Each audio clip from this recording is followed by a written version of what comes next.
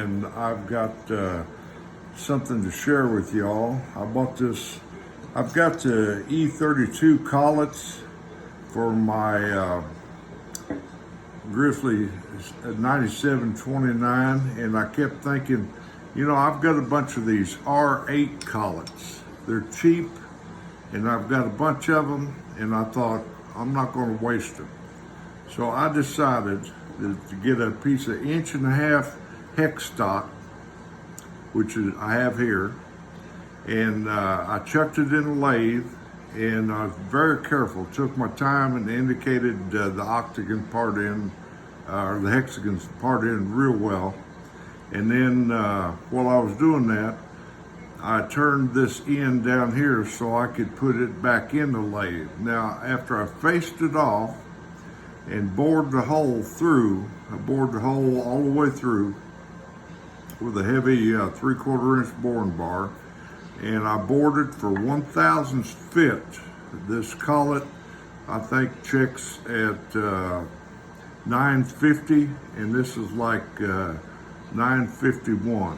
It's a good slip fit. And when I got all that done, turned that down, faced it off, chamfered it, and so forth, then I turned around, and it's 4 1/4 inches long now. I turned it around and chucked it back up in the lathe, and to my surprise, the hole and everything ran dead on. It was dead on. So at that point, I turned the reference diameter on this end to make sure I was concentric with the hole, and set my taper up, which the book says it's about 8.5 degrees.